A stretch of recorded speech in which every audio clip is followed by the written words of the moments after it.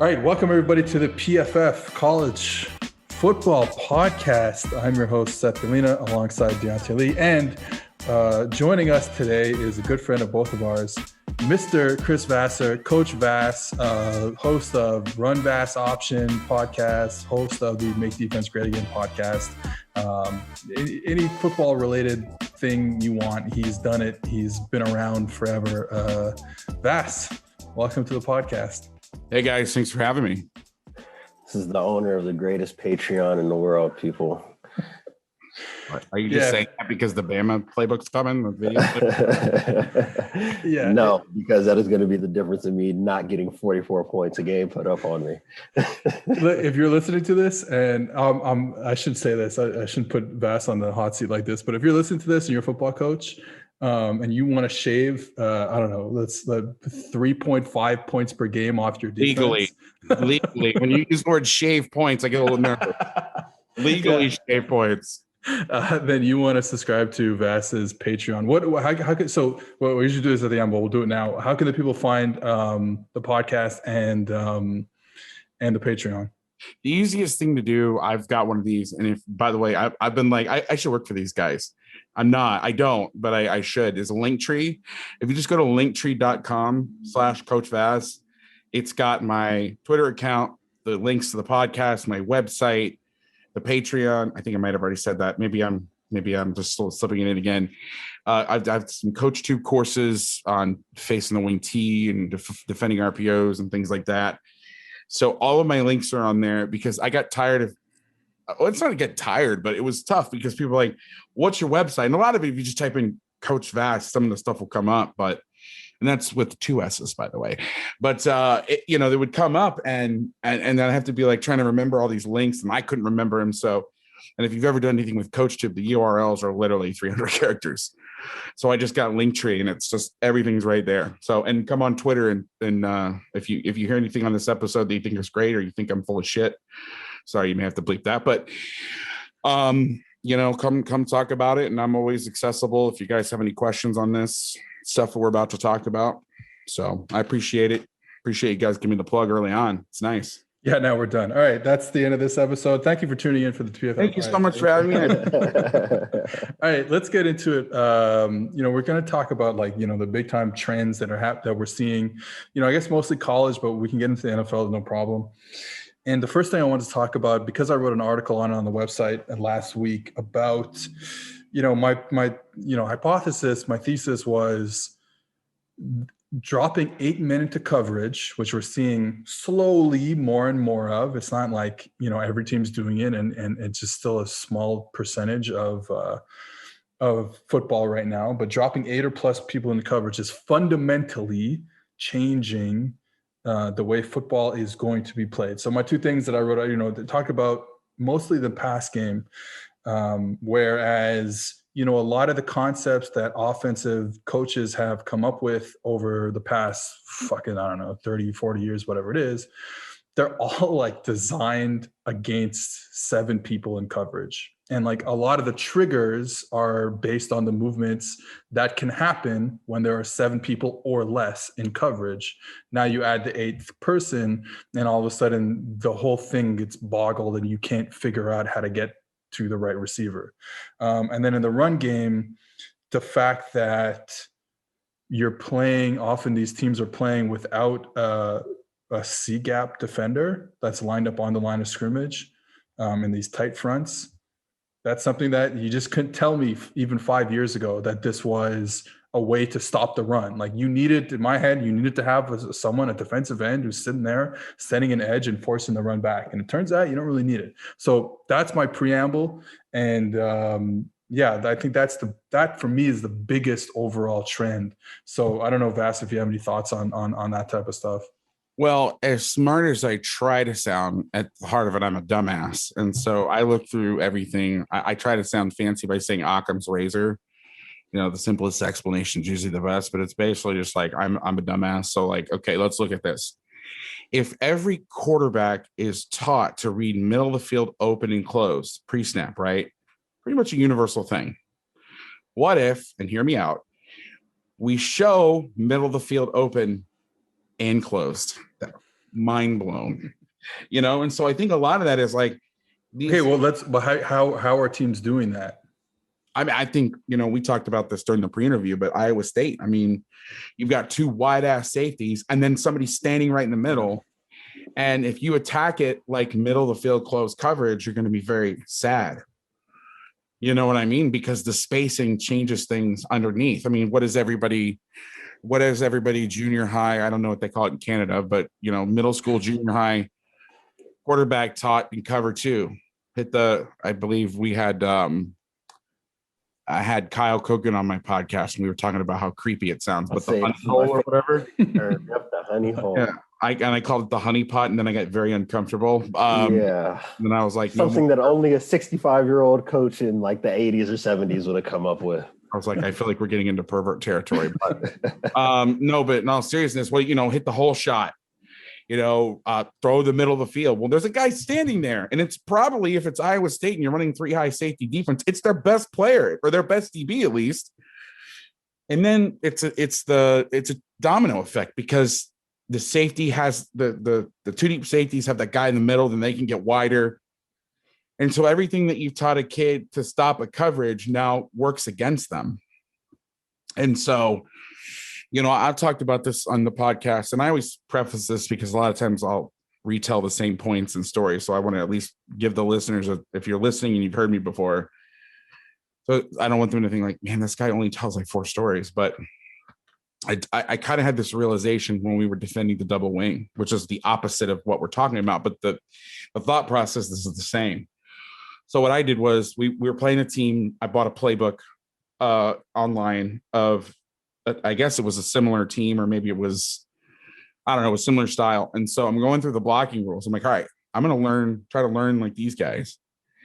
And so, they're like, okay, if there's a 7 technique, meaning there's a D end inside the tight end, this is our rules.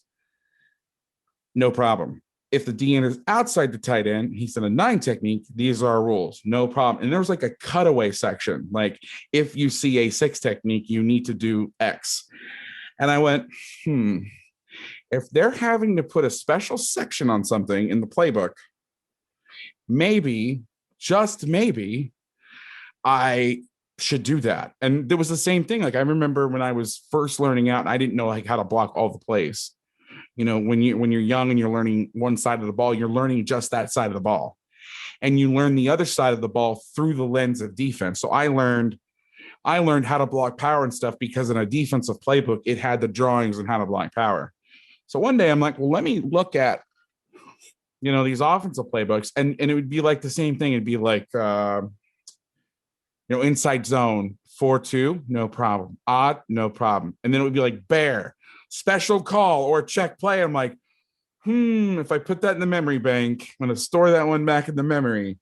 So if we see a team that does this, or conversely, it would be like check to speed option. I'm like, okay, so that's not a good play. I think that's I get this question all the time, like young guys that want to learn, that don't necessarily have a mentor, and there's just so much information out there. You don't know what to process in what order. If you want to learn defense, go look at offensive playbooks and look at the stuff they really like, and then look at the stuff they don't like, and then just do the opposite of what they like. That tying that back into what we're talking about, you're taking quarterbacks. I mean, Seth, you've written about and developed quarterbacks. You try to use in coaching a lot of the things that I know we do on defense. I'm sure on offense, the same thing is you try to use somebody's rules they've been taught when they first put on pads against them. And I think that's where a lot of the drop 8 stuff helps. If you're looking at 4 underneath defenders, let's start with the underneath defenders. 4 under usually meant 3 deep, right? And I know there's 4 under 2 deep zone pressure. I'm just talking about just drop 7. What do? You attack the seams, right? In defense, again, if you want to know how to attack a defense, go read a defensive playbook. Most playbooks say in cover 2, you want to funnel people into the seams because you have a guy outside and a guy inside. And you're trying to funnel them together into one defender. In cover 3, you want to push them out of the seams. So naturally, what would you do? You would attack cover 3 by getting in the seams. Well, now if you have 4 under and you're dropping 8, what do you have? You have 4 deep, meaning you have a guy standing in each seam. And so I think just on a fundamental level, before you start getting into like the complicated stuff and how you can change the spacing on your drops and all that, it messes mentally with an offense. And furthermore, if you take, let's stick on Iowa State. I don't know. I'm not an offensive coordinator. I was an offensive coordinator for one game. I was coaching semi-pro ball. How many points did you guys score? We won.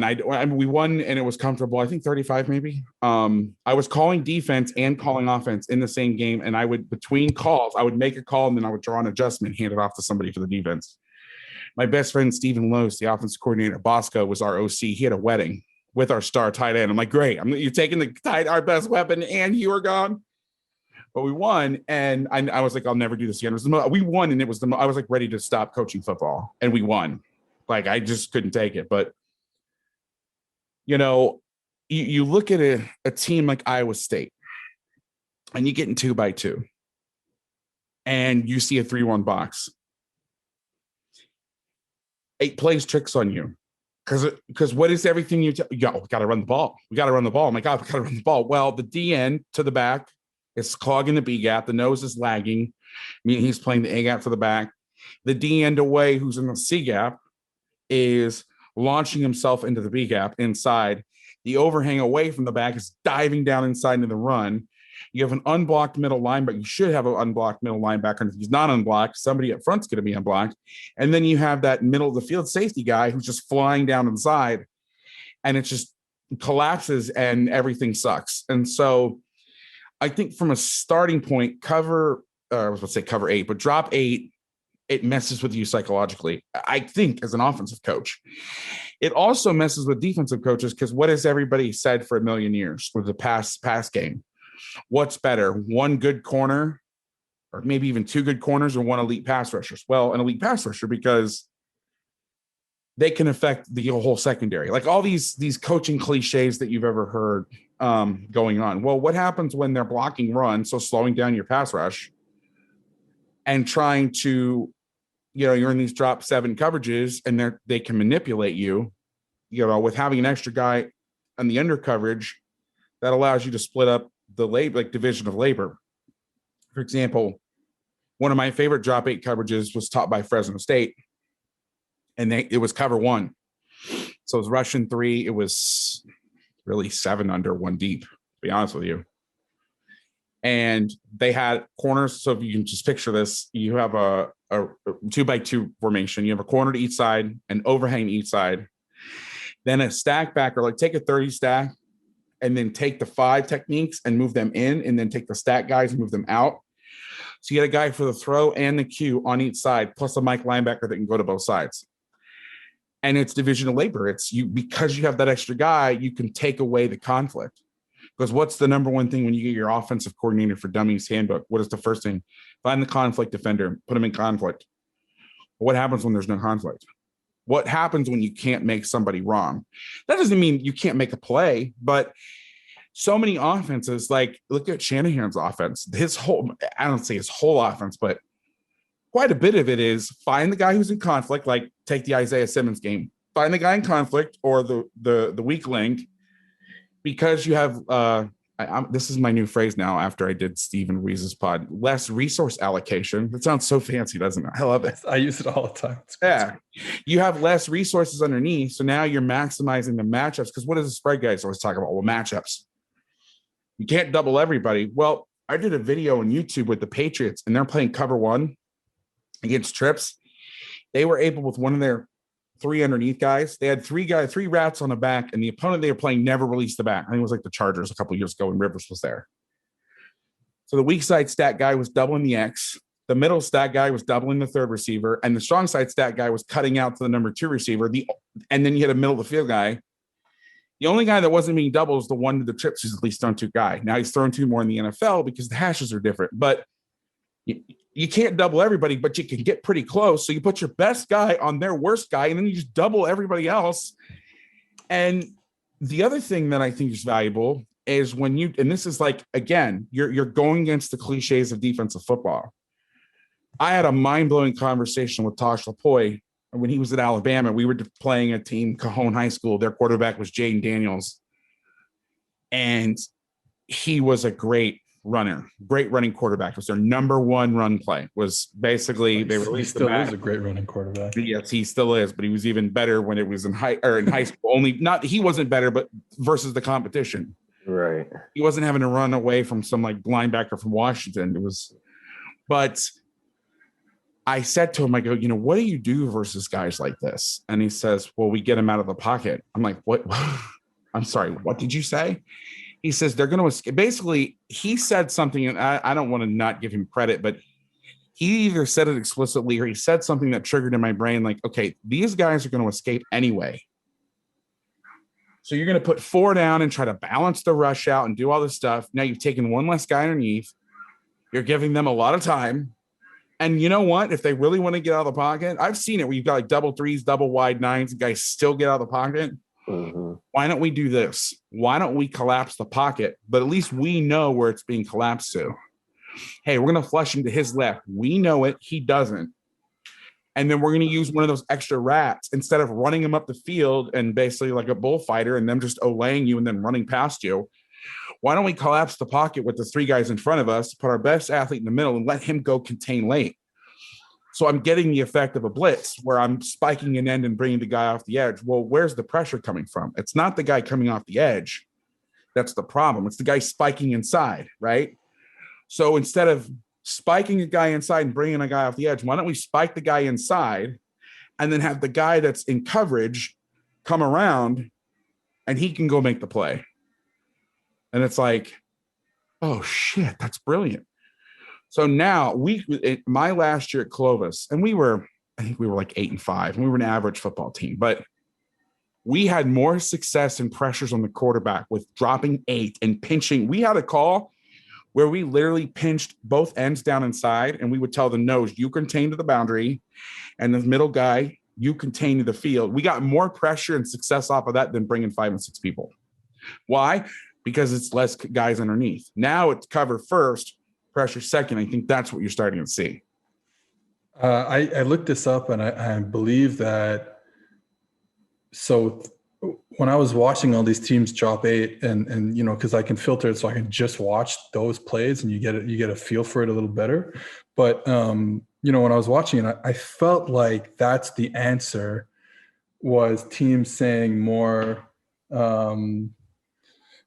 Hey, the quarterback saying, "Hey, let's chill for a minute." Like that's what I would probably be telling my quarterbacks if I ever go back to coaching and I see these type of defenses. I'd be like, "Hey, let's fucking hold on a second. Let's not we're gonna have to change the way we play quarterback, the way we call plays, the way we design concepts, just so that we can be like, hey, look, with a pass rush." The initial pass rush, we have to live in a world where we're going to assume that it's not going to get to us right away. Now, it happens, and that would be 2020 Mississippi State, and that's a problem. You're not going to move the ball that much if that happens. But, we're living in a world where the offensive line can protect against 3, especially 3 players that are starting from the interior. And then we're going to have to hold on to the football, and we're going to have to try and make a play outside the pocket and hold on and make, our receivers are going to have to find a way to get open, outside of the structure of the play. But the funny thing is, when I looked this up, in terms of like how efficient teams are, how efficient quarterbacks are when they get outside the pocket, they're still bad. You know what I mean? Quarterbacks are bad when they get out the pocket. There's like one Russell Wilson in the world. Yeah. So it's like, well, definitely not in college. I mean, unless, and again, then there's the talent gap that you can't account for in the NFL. Like Baker Mayfield, he's just the first guy that came to mind. Oklahoma usually, they usually early on they play a 1AA team. Like the anything he's going to do, and I hate to always say this because it sounds like it's making excuses, but literally everybody would have had to have like a bad chicken sandwich on their team, and everybody would, and they still probably would have won. Like right. He'd been shitting his pants on the field, and they still probably would have kicked ass. Right. I mean, all starting 22 people, and they still probably would have won. But like, I think that with the talent gap there, guys can, and then you got a guy like Lamar Jackson. Okay, well, how many Lamar Jacksons do you have to play? Yeah. You talk to defensive coordinators, and I talked to guys who've been in the league for 30, 40 years, or I shouldn't say just in the league, in college or whatever. There's very few of those guys the media pumps some of these guys up because you're talking about within a cycle, there's it's like a bell curve, or not really a bell curve, a regular curve. A bell curve would not make any sense because you'd be making people faster than art, but you're grading on a curve. The best quarterback last year may not have been nearly as good as the best quarterback from 4 years ago, but he was the best that year. But when you really look at all time, guys like talking to Bud Foster, guys that really genuinely made him say, oh shit. Well, probably the best guy was the guy he had to go against in practice. That's what I was going to say. The guy he didn't have to play against in a game. I mean, I remember asking this question. He said McNabb, and I was like, oh shit. And I was like, wait, that was 25 years ago or 20 years ago.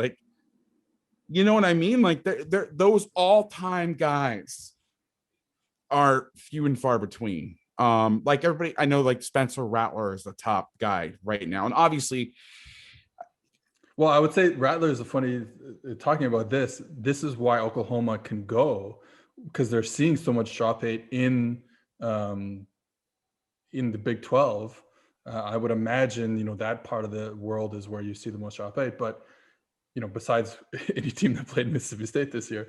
But what makes them go is that Rattler specifically, it's only 1 year, but he had the highest, for us, he had the highest grade outside the pocket in the history of the world. You know what I mean? Here's this one guy who can saving me. I was about to make about to make a point, not disparaging him, but saying maybe he wasn't as good as previous years. You know how you saved me, and then I went and actually double down. No. I learned something new. That's I wish society would learn how to say I don't know more, but that's a whole nother podcast. That's on my other podcast, talking about politics through sports. So to me, I think the funny thing, this is where I get to be high school coach brain. When I think about drop 8, the interesting thing for me, and this is when I realized the utility of drop 8 versus playing with a more balanced pass rush, was actually in 7-on-7. So the issue with 7-on-7 as a defensive coach that I realized, there are a lot of issues, right? 4.5 seconds to drop, whatever. But to me, the biggest there's no issues in 7-on-7. Oh, stop. We're outnumbered on this one, bud. You may be So the big issue to me, at least when you take it to a whiteboard, is the fact that there is zone overlap, right? So if you're talking about just playing cover 2 or cover 3 in 7-on-7, there is going to be some sort of split responsibility in zones for your overhang player, for your flat player, your half player, your middle of field player is going to have a certain amount to be worried about. But if it's cover 3 and it's dropping 8, and I have a guy playing the middle hole, the way you would in cover 4, a guy in a strong curl, the weak curl, a guy in a strong flat, the weak flat, and maybe we can carry seams through it. That kind of overlap does kind of eliminate some issues. And I know we had a conversation, Seth, last week or 2 weeks ago. We were talking about what's going on with the air raid, Air Raid Pure, the Southern Mississippi, the Eastern Carolina, Texas Tech, Mike Leach versions of the air raid. And we were talking about how drop 8's giving that trouble. And because of the way that they prefer to throw the ball and the windows that they're looking to throw into, drop 8 becomes an issue, as far as trying to find those windows. We've had conversations about man versus zone versus man match versus zone match. It's the exact same principle there, right? It's important to have different tools in the toolbox because certain windows that are available to you in man aren't there in zone match, not there in man match, and vice versa. So that's really what I think that we're starting to get into as these offenses just become ridiculously proficient at throwing the ball accurately and generating easy, explosive plays. It's a useful changeup. There is still going to be a use for playing your typical 4 down, cover 3, cover 2, cover 4 stuff, right? And if you got the pass rushers for it, Ohio State went to the playoffs a whole bunch of time with generational pass rushers, right? Playing regular old cover 3. When they don't have a generational pass rusher, then you end up with poor 5'0", Tough Borland trying to carry the Heisman Trophy winner up the seam.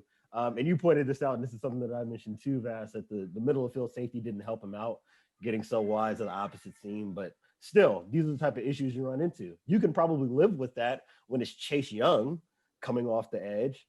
Hey, your quarterback's not going to have 3.5 seconds to wait for Devontae Smith to get 22 yards downfield. Yeah, but if you're relying, I got a couple things if I can jump in here. Go ahead, Vass. Oh, we're doing the Ohio State talk again. I thought we were done with that in February. No. And I witnessed this coaching football in Northern California, where I'm better than you. I always said that it was they wanted to make it like the American Revolution. We're going to stand across from each other, and then we're going to fire, and whoever's got the bigger bullets. Here's the problem. Somebody's always bigger and stronger. Bullet. Yep. You're having to rely on scheme that has deficiencies. And your answer to it is, I have better players. You're going to get F'd in the A at some point when it comes down to, hey, that guy, and I don't want to name any names because I love some of these schools up there, but they go undefeated and then they got to go to a state game and they play somebody who's got just as much lead in their pencil. Oh, I know it. Problem. And then on the other thing, going back to the beginning of this conversation about the air raid, why does drop 8 give the air raid problem?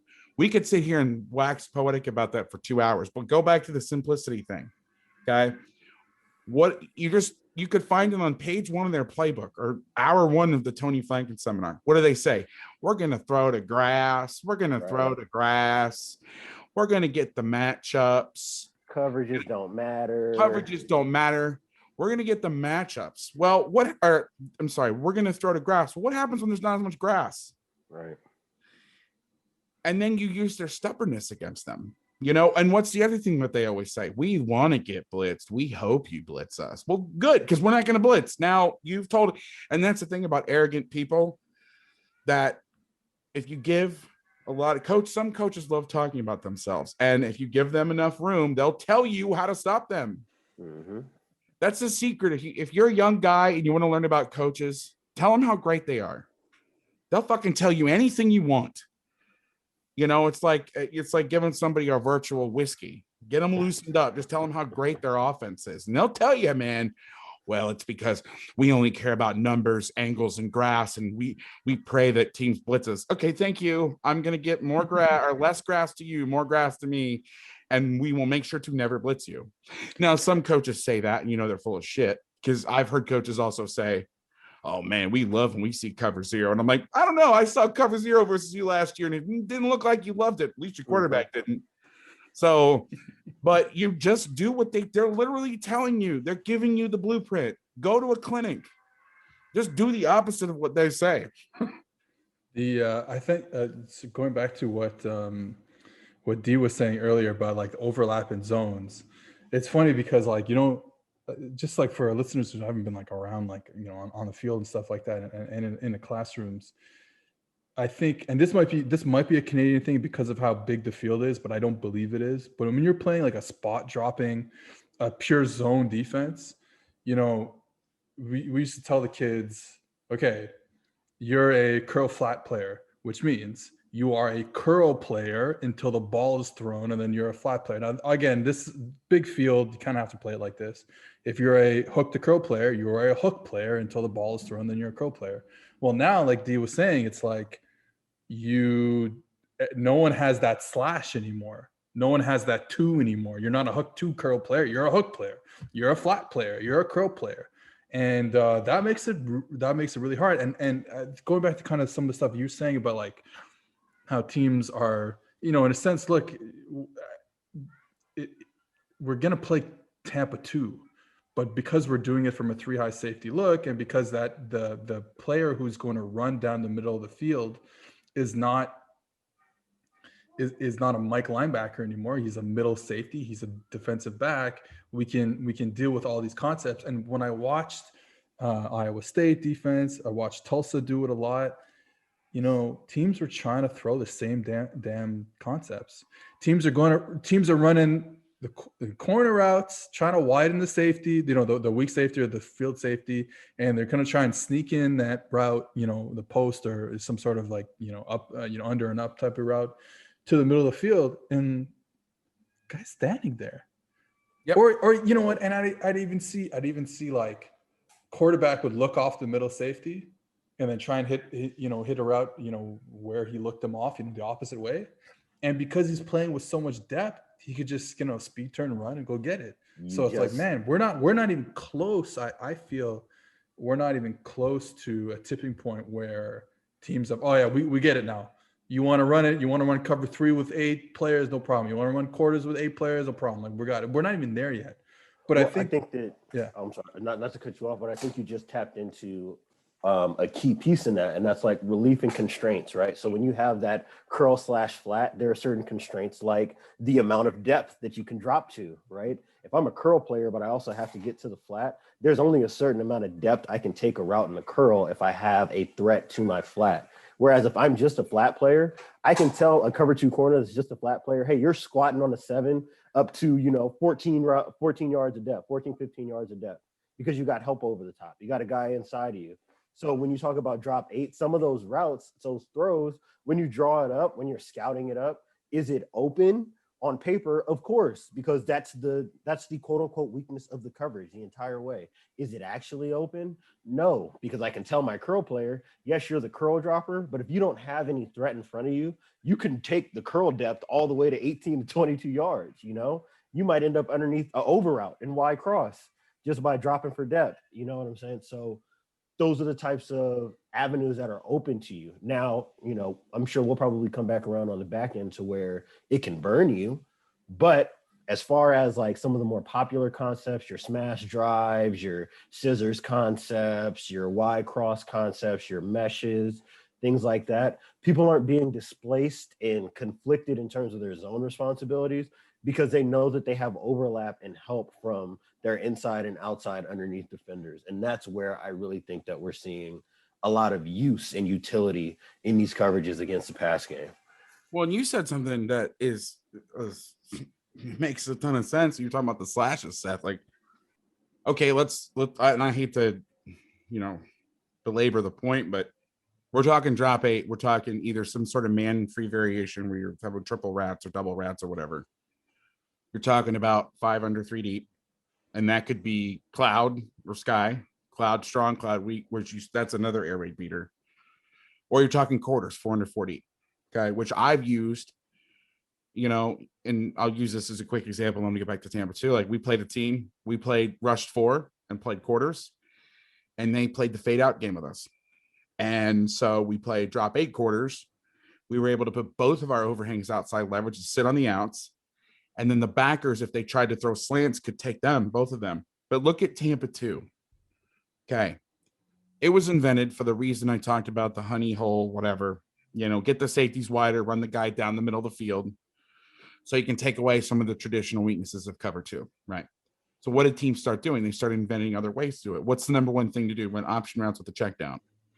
So get the mic to vacate out of there, then have the guy release through the line, get your best player. I mean, if you're playing Christian McCaffrey and you're playing Tampa 2, that's a problem.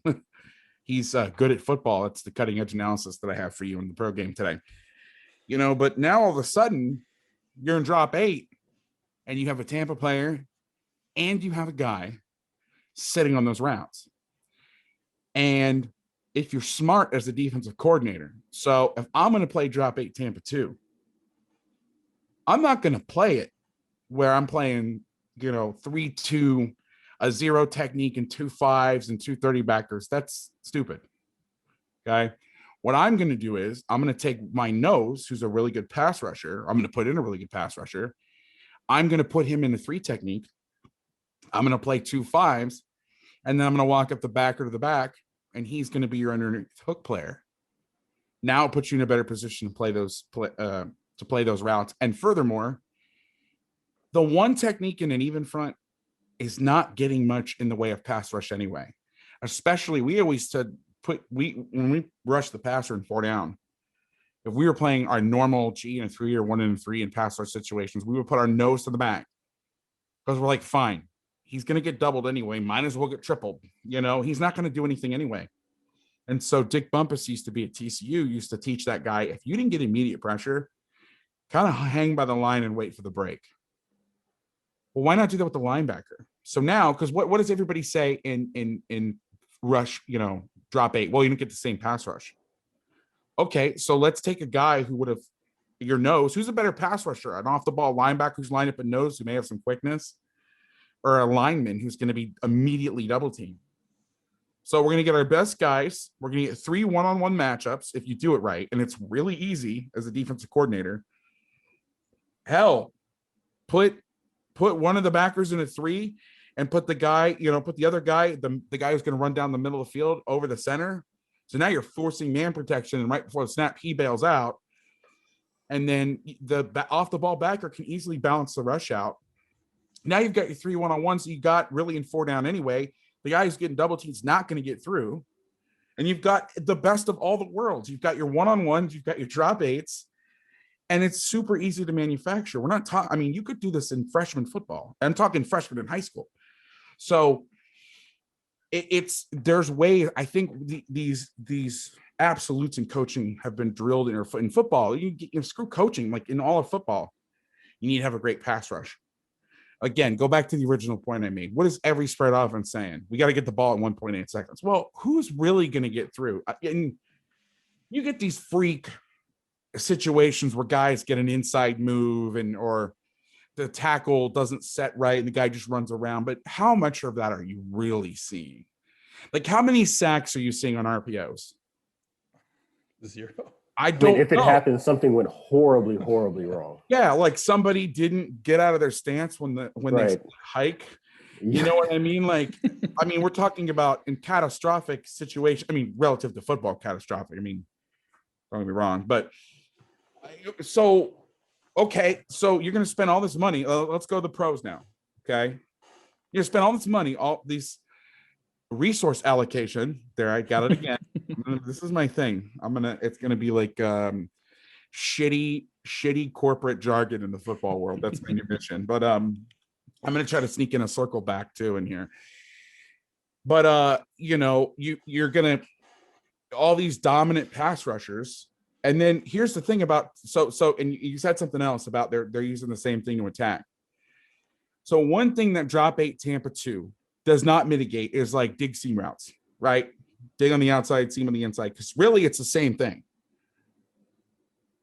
Now you could argue, well, because you have the extra guy deep, the curl player doesn't have to take it as much opening up the dig. Well, it's still, if you the threat of 4 verts, you got to have 4 guys deep at least, right? So now teams are the menu of attack is very small. And now you just sit on those routes. You work the crap out of dig seam. You work the crap out of the stuff that you're still going to get, but you've taken off. And dig seam's not going to kill you. First of all, nobody throws the seam. Unless, again, something catastrophic just happened. Seth, you're a QB coach. When you ran like dig seam flat, how many seams did you throw? I'll give you a good example, which is not dig seam flat, but it's like a flood.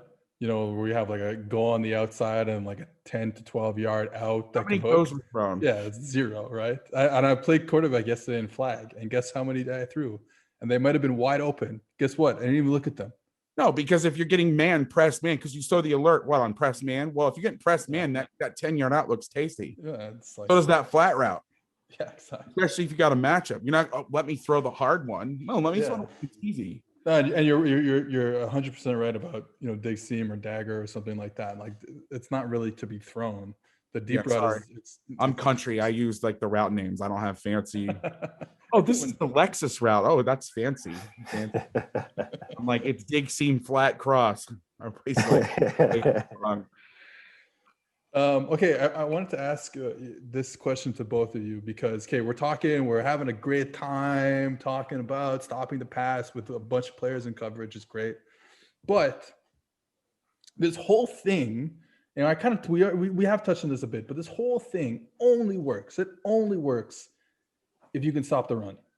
So like philosophically, how is this philosophically or technically, how is this getting done by defenses where they're saying, hey, we can drop 8. We can even just align, most of the times you'll see teams just align with 3 down defensive linemen inside the tackles, and we're still stopping the run. Like, because again, we wouldn't be talking about this if you could not stop the run to a level that's suitable and still drop 8 guys when it is a pass. So how is this happening? How are teams doing it?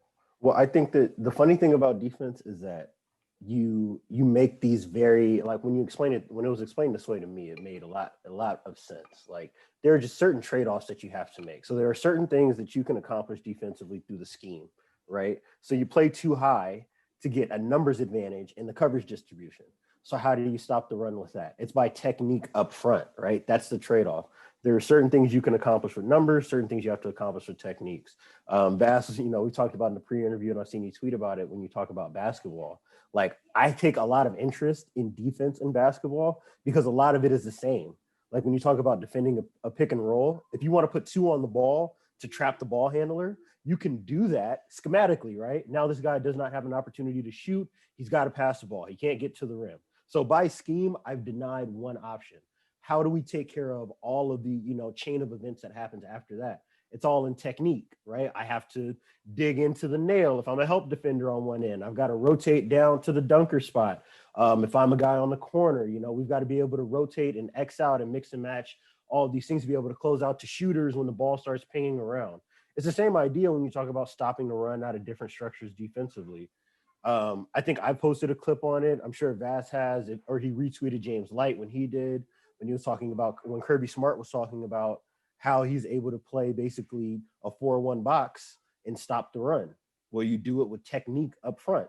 Does it help that it's Georgia and their third stringer is an all-state 5-star kid who might have been in the running for Gatorade Player of the Year? Of course, but the technique is the technique. The same way where if you were allocating more resources to the pass rush, how do you stop in coverage? By playing good press technique, playing a good off-man technique, things like that. So there are certain things you can do with numbers, and there's certain things that you have to make up for on the back end or on the front end with technique in order to execute it.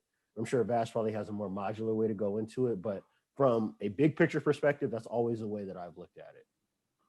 I think it's very simple. I think let's break it into 3. Sorry, I think we're getting a storm and it's starting to thunder outside. So if it picks it up, I just want to make sure we don't get in a situation where there's like rolling thunder. Anyway, this podcast is rolling thunder.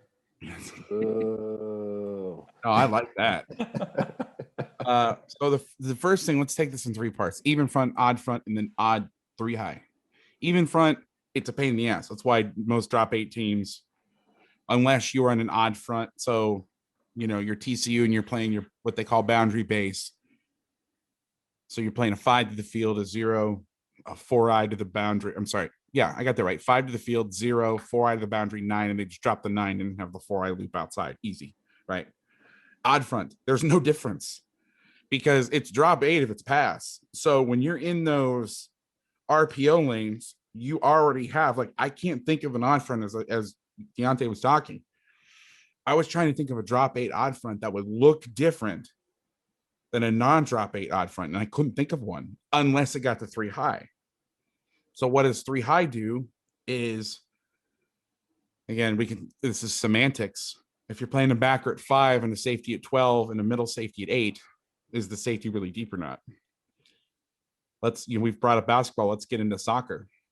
Okay. Why did certain soccer formations work infinitely better when they came out, when things were different? It's because it used to be 3 banks of players. So you got a 4-4-2, 3-5-2, whatever. Well, then you started getting guys that could get in between the lines. You didn't know how to classify them, and that's, what do you call that middle guy at? I mean, Rocky Long, we'll stay with Iowa State because they're an interesting case study for what you want to talk about today. They call that guy their star, their middle guy, right? He's a safety. Rocky Long was doing that in the 90s with Brian Urlacher, and he was a safety. But you really think Brian Urlacher's a safety? I mean, if he's a safety, I'm a model. That's just, it's semantics. It's like the 4-4 became the 4-2-5. Well, my mentor ran the 4-4 with corners at the outside safety spots. Was it really a 4-4? Does it matter? No. And can I get on the soapbox for 30 seconds? You can get on for as long as you like. Don't tell me that. Do not tell me that. That is no. You need to give me, I need a shot collar on. Hey, you got 45 seconds. I give you another 15 extra. I see so much stuff on Twitter about, is this 4-2-5? Is this 4-4? That's not an argument that's used a lot, but just like these semantic arguments. It doesn't matter. It does not matter. What does it matter? What does it matter if you call that guy a backer or a safety, besides recruiting purposes?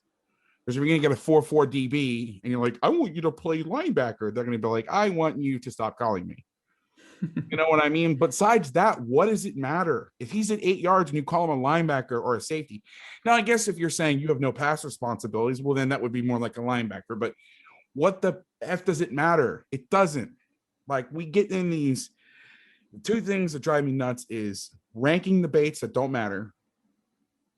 Like, if you're ranking for the draft, okay, yes, because there's a clear, like, okay, somebody's going to go first and somebody's going to go second, but these lists of like the 50 greatest players ever, and these guys going to be stupid debate, it doesn't fucking matter. It doesn't matter. Also, what you call something doesn't matter. What that person does matters. If I am a safety at 8 yards or a linebacker 8 yards and I'm playing the middle hole in Tampa 2, what does it matter? It doesn't. And so I think that's a lot of what you're seeing is going back to, I'm off my soapbox. All right, we're going back into normal conversation mode. I'm shifting, I'm gearing down. The anger is subsiding. But a lot of that stuff, like I was really thinking about, like I think about Saban's defense. And Deontay, you know a lot of this stuff. Can you think of a drop 8 call? And Deontay, you know a lot of stuff. You're not wrong, to tell you the truth.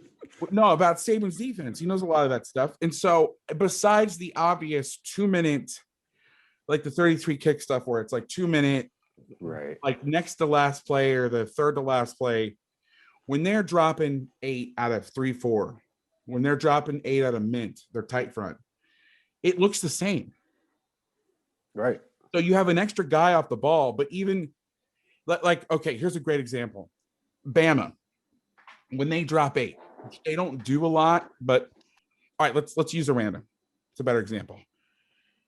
If it's a by one formation, meaning 2-by-1 with 2 backs, or 3-by-1 with 3-by-1 with 1 back, the weak side outside backer is on the line, whether he is rushing, whether he is dropping, because that's the biggest thing on defense to make everything look the same, right? But if it's 2-by-2, he's off the ball. He's apex, which is the fancy ass way of saying he's splitting the difference. Okay.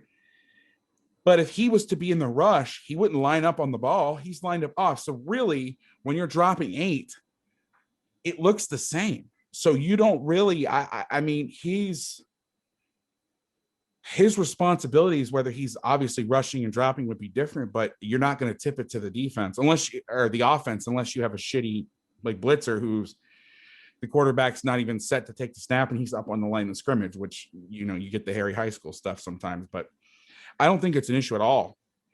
You know, people have been dropping 8 since the beginning of time. You know, but look at some of the run and shoot stuff. I mean, people were dropping 8 but if you're now to your point, if you're talking about some of these air raid offenses, you're daring them to run the ball. I mean, I'm watching Leach against drop 8 and he will not run the ball. And it's insane. But okay, so this, I guess maybe the next question is when we talk about that specifically, where, you know, Leach is saying, well, I don't want to run, I still don't want to run the ball. You know, Leach is saying, you know, yeah, he'll tell you, yeah, we'll check to a run against blah, blah, blah, against light boxes. That's not true. But I think one of the issues, and I've talked about this on the podcast before, is one of the issues is his run menu doesn't fit what defenses have kind of, without him knowing it, have kind of evolved into, which is an ability to stop inside zone, right? He's not coming, you know, you're not seeing the air, you're not saying Leach run counter anytime soon. So right. also, so now it's like, oh, I would love to run the ball because of the box count, but what's the point?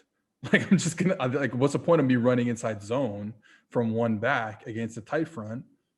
Like, it's like almost designed to stop it with a light box. So I think that's kind of one of the issues. Okay, I want to get off this a bit. I want to talk something that I've been noticing, because I've been watching basically every Power 5 quarterback to write up in our college football preview magazine. And one of the things, and you know, me and D have talked about this a bit, is quarterbacks coming out of college into the draft next season. I think, like, when you go find like any top 10 list, and I believe really any top 10 list you find, 50% of those quarterbacks are playing in what some people have kind of termed the super spreader offense. You know, these what? Yeah. So you're talking about offenses coming off the old Baylor tree, that Heupel runs, that Lane Kiffin is running, that man, off the top of my head, I can't think of any. But there's Phil Longo kind of there in North Carolina. When you look at these offenses that are putting receivers, touching the sideline, when you're talking about being in kind of 11 personnel the whole time, where with a tight end who is a tight end / fullback, he's not coming out to catch a pass. You're running RPOs all the time, and you're really just throwing the ball down the field. You have no concept of intermediate, pass concepts where you're trying to we'll move the curl defender, and then wherever he goes, we'll throw a ray for him, et cetera, et cetera. You're just throwing the ball down the field. North Texas does this. When you look at those offenses, how do you stop these things? Or is it really just a thing where you're saying, hey, we're just going to play one-on-one on the outside, and we're going to live in a world where they don't complete the passes? I don't know. I think of this stuff differently because I think a lot is made out of the splits, the receiver splits. Mm-hmm. But it's kind of like I learned a lesson from Brandon Lechtenberg, who's my old boss, who I've had on my pod a bunch, and has a very profound effect on me. When you see stuff like that, it ends up being a situation where the guy is outside wide. It's just like the jet motion, right? I used to get freaked out by jet motion, and he would say to me, like it'd be like 10 personnel, 2x2, and then slot wind motion in the backfield. I'm like, oh, it's jet motion. Oh my God. And he's like, treat it like he started out there. So for me, I look at the wide splits as, imagine the guy started inside and just released outside. What would you want to do? And then I think you go from there. Now, I'm not versed enough on those offenses to be like, oh, here's what I would do. I think spacing and isolation, is something that has helped. I mean, that's why the spread has gone and it worked, I guess is a better way to say it, is, you've taken the game of football over the last 20 years. You've added a quarter basically from running more plays, and you've, what was the thing that used to say, oh, if we can get our running back one-on-one with the safety, we're to the house. Well, now you're getting everybody one-on-one every play. So I think, and again, this is a very uneducated guess on like how defenses would respond. I mean, is that what you're wanting to know, or are you more so of like how this will trickle up to the pros? Like where you want to go there on that? No, we can keep it in the college level. No, I mean, but you want to talk about how defense. One of the things that I was going to say in the last segment about the drop 8 stuff is, I think, now this is counterintuitive, but I think 7-man protecting and taking shots is the best way to go against drop 8 coverage. I wrote that in my article. Just bypass the underneath zones. Just fuck them. Exactly. And so get 2-on-1, but 35 yards down the field. Yeah. Because it's hard to get 1-on-1, but like, okay, let's go. Can we just dipping back in that last segment? So Tampa 2, again, you still only got 3 guys deep. Okay, so put 2 guys on 1 deep.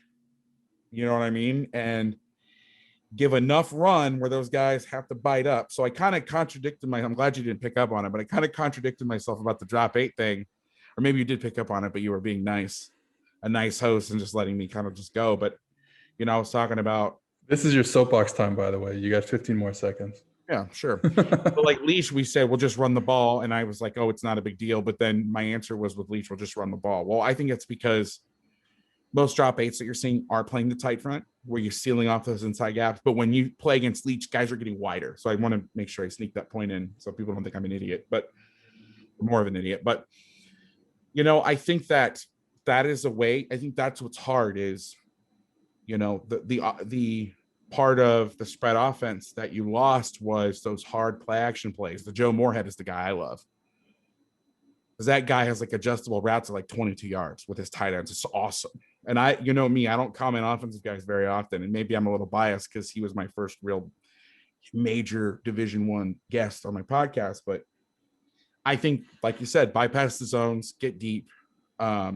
and make those run smash, but like at 35 yards, like put somebody in front and then somebody behind. You know what I mean? Like, obviously, I'm being a little hyperbolic with the depth, but I think there's some real truth to that. I think it's a great point.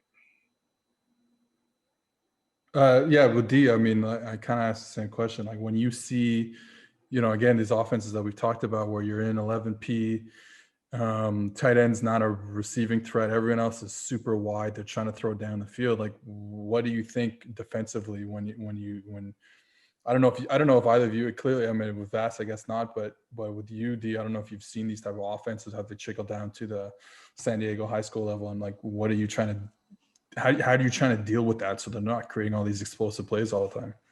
So it hasn't trickled down to me as a defensive coach. I will say that when I was coaching lower levels and kind of just like cutting my teeth as a coach, I used it a little bit.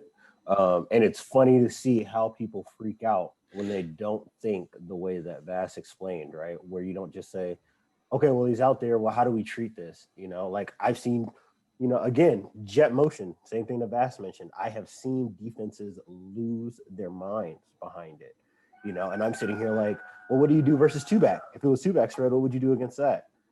And then a coach will look at me like we're in stretch lead at a two back. Now, obviously, in the defense of the offense, that stretches it a little faster. But you get to time up your movement and your stuff because they're anyway. Sorry, I'm jumping in on you now.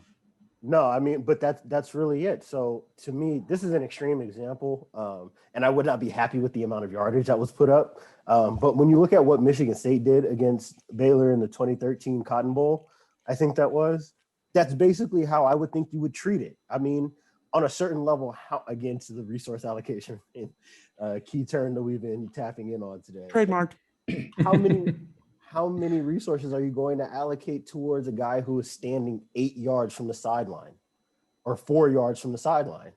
You can only unwind the defense so much. We talk about stuff like this all the time in less extreme circumstances. There is a certain point of elasticity that you can pass by on defense if you continually, invest in, we want to stop this. We don't want to get hit over the head. Hey, you know what the secret about Baylor and UCF and all those guys are?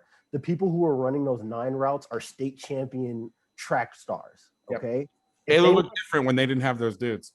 Yeah. If they want to beat you in a foot race, they're probably just going to beat you in a foot race. If you want to put 2 bodies out there, you can. And then that's how you end up with Lake Seastrunk at Baylor, leading an offense that averaged 300 yards rushing. There is only so far that you can take it defensively. So would I be okay with giving up 400 passing yards in like 2.5 quarters? Probably not. But as far as the approach, it's a sound approach.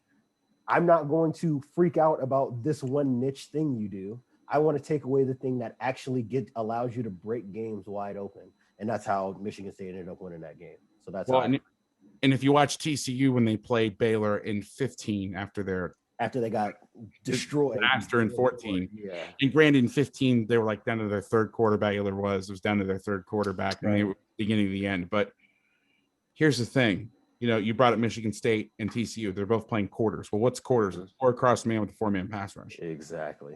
So everybody talks about, what happens when you isolate? What do you think quarters is? But you're already doing that. And here's the dumb part. The dumb part about this, if you're a vertical offense, right? The dumb part about putting that guy out there is you can't run all the routes you can if you're tighter. Well, it's one route. He can break it off at a couple different depths. Person comes back. And if you watch TCU, they called the same coverage and they just made a man tag. And what the man tag meant was we're going to play this like man, obviously, but it changed their technique. And so what TCU did was they would put, if you can imagine this, their inside foot up, which is not what you usually do in man coverage. You wanted to open up towards the quarterback. They would actually close themselves off and they would be basically facing the receiver and looking over their shoulder at the ball. Because what's the guy going to do? You can't throw hitch screens. I mean, that's the thing is everything's a trade-off. And again, go back to the simplest explanation. If I go stick somebody 3 yards from the sideline, what do? Well, I isolate that guy, but now the throw's further. If you're going to line up inside an MOR, now I will say this in their defense. If you're going to line up at a normal split and mandatory outside release every play, well, then you might as well just move the guy out there, right? But I think versus certain coverages, it's a genius strategy. But versus others, I'm like, what the hell are you doing? Like, it's great versus cover two, because now the corner can't funnel you back inside. You know what I mean? But if you just make some changes, I think defensive coaches get spooked, because we see things, our brains are wired to see things in patterns. Yep. And so when you break the patterns, it's like, oh shit, what are we gonna do? No. But then if you just like stop for a second, and I'm saying all this stuff, this judgmental stuff, because I was the worst offender at this. Oh Jesus, they're running jet motion. You know, these points, these words of wisdom, they're not from me. They're from other people calming my ass down. So I just want to make that very clear. This is not some like I'm some wise. I have good friends that would have talk me through my meltdowns. Yeah. But yeah, I mean that's really, what are they? You know, you said it. Do you like, what are they going to end up? Where are they going to end up? Okay, let's see if we can get this last topic done in 4 minutes. But just for that, I'm going to stretch this thing out. So one of the things that you know, it goes back into conflict defenders and stuff like that, is maybe we've kind of answered it, but I had it written down in my notes, so I want to ask you guys, is what's happened is, you know, 10 years ago or whatever, everyone was both a run player and a pass player on defense. It's in certain positions, right? If it was a run, you go and tackle the ball carrier. You have your rules, but you go tackle your ball carrier. And if it's pass, you have your rules and you go cover whoever. So I'm curious what your guys' thoughts are on how we've allocated resources and we've split the division of labor. And in order to synergize our defense. No, but like, how has that evolved as you guys have watched defense, in how we you know, if we're not just going to drop 8 and take the slash away like we talked about, if we are going to still drop 7 and maybe sometimes 6, how do we take that conflict away? Because, well, if you're a run player, if everyone's a run player and you get an RPO, you're fucked. And if ever, you know what I mean? And or any type of play action, you're fucked. So like, how have defensive kind of split that, taken conflict away, and try to, again, still stop the run, but still being in position where we can stop it with less guys. I don't know. But there's a lot of stuff we've talked about for months and years now. Yeah. I would say I'm going to jump in front of Vass so he can close this, because I'm sure he has a greater wealth of information, because, you know, with the podcast, I know everybody is always interested in what is your RPO defense? What do you do versus this? How do you deal with glance routes, et cetera, et cetera? I just think that, well, number one, the phases change. I think that's just like the number one thing. So I'm starting a new DC job in this summer. And this summer, the first thing that we're going to talk about when we go over our coverages is the same thing that was taught to me, which is the same thing that was taught to my dad, which is we'll go through all of our base run fit rules, we'll go through our base pass coverage rules, and then we'll work our bootleg drill, you know, we'll work our play action drill. You know, that is still a bedrock principle of how you deal with defense. When you start talking about RPO, and I think that we've improved on this, I thought the framing was bad initially, because people will talk about it like, oh, well, it's almost like a natural play action. No, it's an option. Like, if you treat it like option and you change the way that you understand the phase of the play that you're dealing with, then it changes your response to it. Because if it was bootleg, then yeah, that is how you end up with a quarter safety dropping down to 5-6 yards when he sees mesh, and then trying to whip his head around and try to cover a glance route. Obviously, that's probably not going to go pretty well, right? Versus if you teach it as option, which is to say, hey, you've got X responsibility and X responsibility only. It's a different kind of thought process for your guys. It's a different thought process in terms of structuring the defense. So yeah, that's really where I think it's at. You know, I know there was a lot of like nitpicking, especially on the offensive side of the ball, with, I think offensive coaches have really kind of run with this whole conflict thing. And I think it does make for like really good branding in a way, saying that you have an offense that creates conflict. I am on the side of, not that conflict is fake, but I think Kogan kind of pointed this out. A properly constructed defense is not conflicted. We make choices on what we're willing to allow. Now, if you're able to take advantage of what we have decided to concede in air quotes, I want to say, to the offense, then good for you. but this is not an option. I'm never going to tell a safety in quarters, hey, it's your choice. You can either play this glance route or you can fit the box. However you feel, let me know. We can talk about it on the sideline after the drive. No, that's not how it works, right? We have a progression of things that we make decisions on the same way that the offense does. It's not conflict. You concede space. Back to a basketball analogy. If you want to cut off the paint, you're conceding that you may give up some open threes. But from there, the decision you make is, who do we want shooting? Where do we want the shots to come from? We probably don't want it coming from the corner where the shot is shorter, right? We want it to be above the break, closer to the top of the key where the shot is long. So that way, even if we can't close out to it, the degree of difficulty is higher. It's the same idea in like RPO defense. On a certain level, you're going to have to make certain decisions of saying, hey, if you're playing in Alabama and they're giving you buck sweep with the glance route or with the bubble, you do have to make certain decisions on that. But actually, Vass, can you jump in front of me really quick? Because I feel a coughing fit about to come over. Yeah. Well, so you answered your own question, I think, Seth. You said, how do defensive coaches take away conflict? You take away the quarters. Okay, let's step back for a second. Okay, first, you mentioned something about offensive coaches and branding, and they talk about defense. We got the defense, and defense sucks now. And okay, let me ask you how your offensive productivity would be is if we took 4 quarters of football, instead of turning it into 5, we turned it into 3. Then you tell me how great your offense would be, because that's what we talked. Scoring 42 points a game, you can't stop me. Yeah, okay, whatever. I'm a Division I FIFA player, Vass. You can't stop me. We'll see about that. But you take away the conflict. The RPO offense quarters got so good at defending offenses that the RPO was invented to split it in half. And here's how it was done. I remember putting in G-Robber coverage in 2007 and quarters in 2008. And I remember telling guys, oh, it's great, because if they run the ball, you do this. If they pass the ball, you do this. There's no conflict, because in 3D coverage, that was the whole thing. Cover 3, your safety's at 12 yards. He's slow pedaling. He's reading an uncovered lineman. He comes up, they throw the post over his head. So you take those guys and you move those corners inside and you say safety, don't read the lineman anymore, read the tight end. If he blocks, check real quick that it's not pass, but you don't have to back up because we're protecting you behind. That was like the reason you did it. Well, what ended up happening is it got too effective. And when things get too effective, we talked about this in the preview, like the tight front, like it was so good so fast that people were forced to have answers. That's why a lot of teams that have unique offenses and defense have success for longer periods of time, because you only got to worry about one time on your schedule.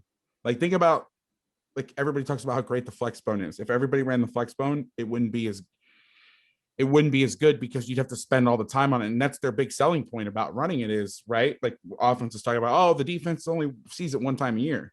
That's like with anything. But the offense was designed to stop quarters because, just like Deontay said, this is your run responsibility. This is your pass responsibility. What happens when they do both? So I went kicking and screaming. My whole philosophy playing defense and coverage came down to, I just wanted to play press and bail on the outside from my mentor, Keith Burns. We wanted to play press and quarters and in man, and even sometimes cover 2. We'd slide to outside leverage, or we wanted to bail.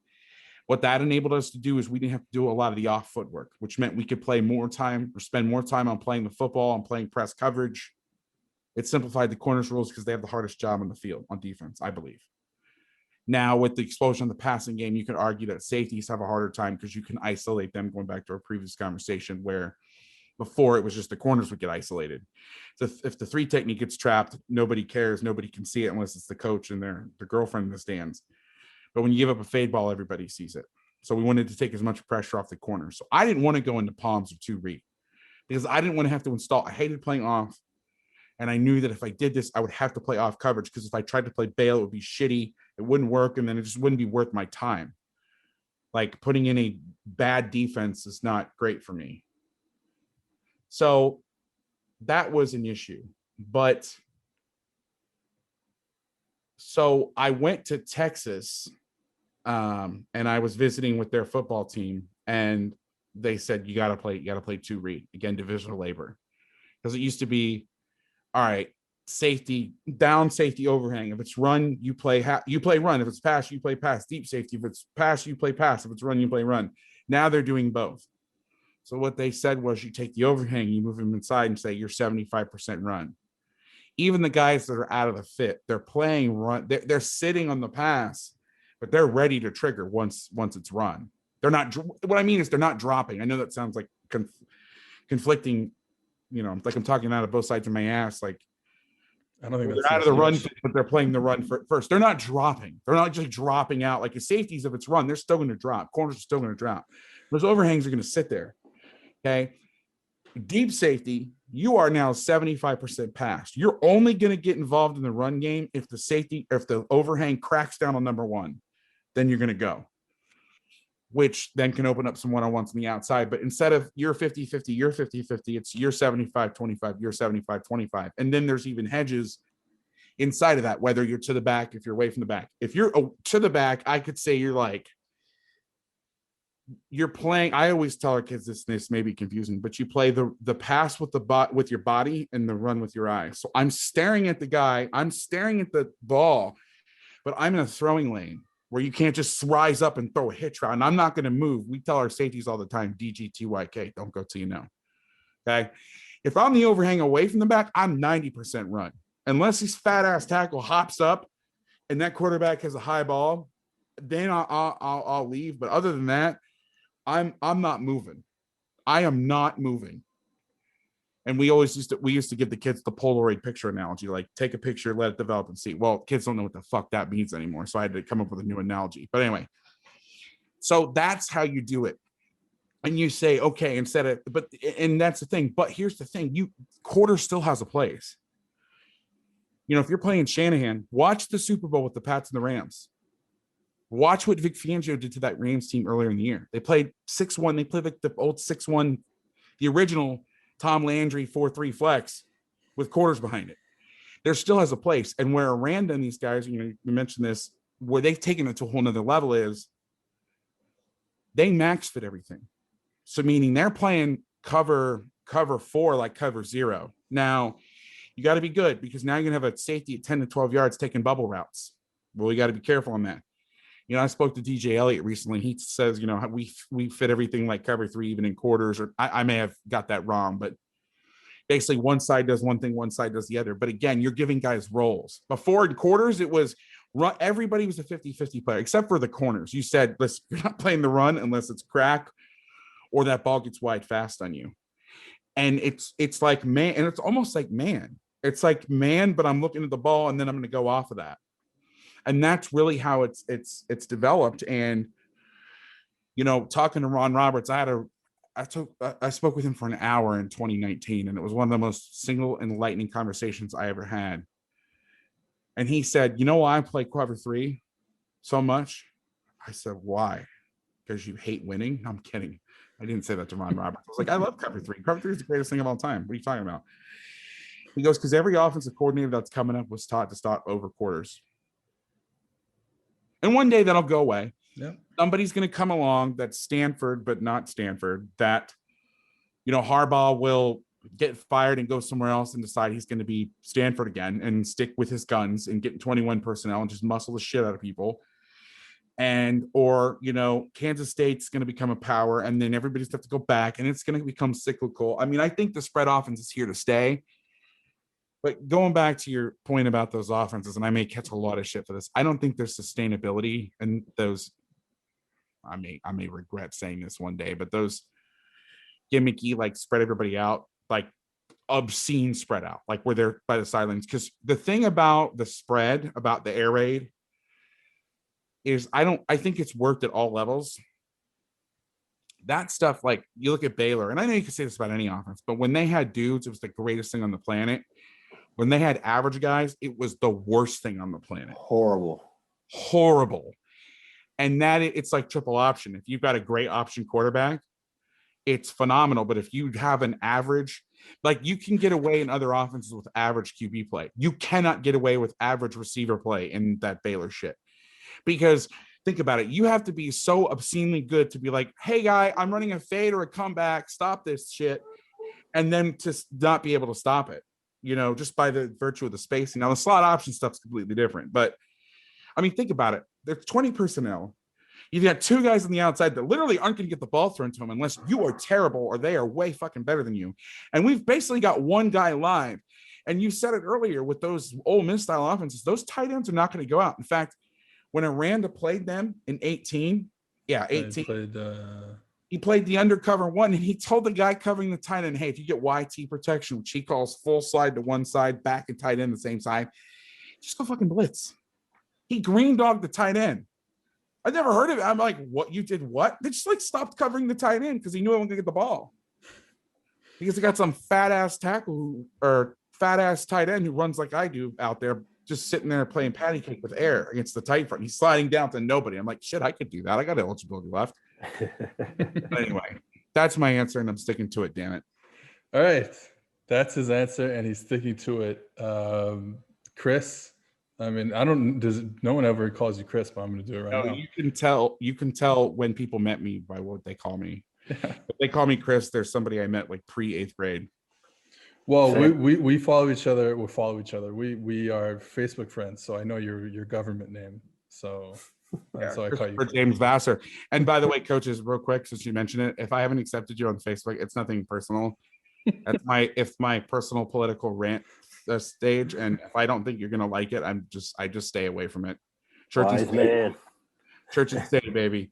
Yes, sir. So do you want to circle back? I got it in. Do you want to circle back to the Patreon? I'm prompting you to promote my shit. Damn it. No, I already promoted your stuff. You haven't paid me enough. NBA. I'm learning NBA. You got to create your own shots. That's what I hear. I'm creating my own shots. Circling back for the J. Linktree.com/Coach Vass. Come talk to me on Twitter. No, right. Seriously, guys, please. Yeah. If you are looking for any information, I mean, honestly, like I've basically been on just about every tier except for like the platinum one where you would actually like consult with the coaching staff. Come to your house and cook you dinner. Right. I've been on basically every tier, and I will say that there is something for everybody there. So now where I'm at, like obviously I'm lucky enough to have kind of an open line of communication. Not that anybody who wanted to talk to you could not, but obviously you and I are able to kind of just talk shit football wise a little bit different. So for me, I will say I use Orange because I know I can just go through film all day. If I see something I have a question about that I'm not sure of, I'll ask the guy who has the damn film. And if he doesn't have the answer, he can get in touch with somebody who gave him the film. You know what I'm saying? So I'm able to take advantage of it that way. But if you want different kinds of tiers, where you get like the extra podcast information, I know he'll put stuff on SoundCloud that's premium. All of that stuff is good information. So this is me plugging Vass's stuff. Appreciate you. Please, please, if you're interested at all in learning more about the sport, please subscribe to it, pick a tier, and then just move your way up the way that I did. And the conversation, my whole thing when I got into this is I wanted to advance the discourse. So if you ever want to talk about football, you can find me on Twitter at Coach Vass, the show's account at MDGA Podcast. I do like the automatic follow back unless you have a name and a bunch of numbers after it, because I think in like no picture, or I think you're trying to sell me apparel. I'm like, I get all these people like, do you want to buy your new football jerseys from Bangladesh? I'm like, I don't coach a team. I'm not coaching one team. Stop asking me. I will follow you back and we can talk. I get guys that have like basic questions. Like I had a guy yesterday asking questions like, how do you know who has what gap? Like something simple like that. And I drew it up and was like, here you go. And then I get guys that are like, how do you push for strong and clip? I'm like, 1 second. And I go text all my friends who are smarter than me. And then I come back and I'm like, well, actually, it's this. I thought of this on my own. Nobody helped me. But anyway, I love talking about the game. And if you follow me, I'm always doing some either a YouTube video, a podcast. And I know we plugged your Patreon, but I put out a bunch of free stuff, even if it's just like Huddle. Like I have a contract with Huddle where I do like monthly webinars. We've talked about game planning and how to get more out of watching film. I mean, it's just, I'm always talking about something. So if you have any questions related to football, please hit me up. It's my favorite thing is talking to coaches. And that's why I got into this. Yeah. And you get the Discord. Discord is, I didn't think that people were going to take to that because coaches in Discord, I didn't think they're like, what are you talking about? But yeah, it's one of my favorite things. I don't post as much. I like to read. Same. I'll just go in there and just scroll from bottom to top. Yeah. So if you have any interest, if your favorite football team, your favorite college football team is transitioning to the tight front and you don't understand how that works, or you're into recruiting, you're part of the message board community and you want to understand what the nickel and this defense does versus the last defense you had, you can find a lot of the conversations that can prime you as far as your level of understanding in that Discord. It's an ego-free space. I haven't seen anybody nitpick. It's really no dumb question. There are coaches who have championships, who consistently have success, that will get in there and ask, hey, I've never really done this 4-3 cover 3 thing. Can somebody just break that down to me? Yeah. We have two Trap Tuesdays and Fire Zone Friday. Exactly. It's a theme we got going. So come talk to us. Absolutely. Anyway. All right. Thank you, Deontay. Thank you, Seth, for having me on the podcast. I really appreciate it. All right. So that's it. We will see you guys next week. We are talking the better side of the ball. We're talking offensive trends next week. So hope to see you guys. All right. See ya.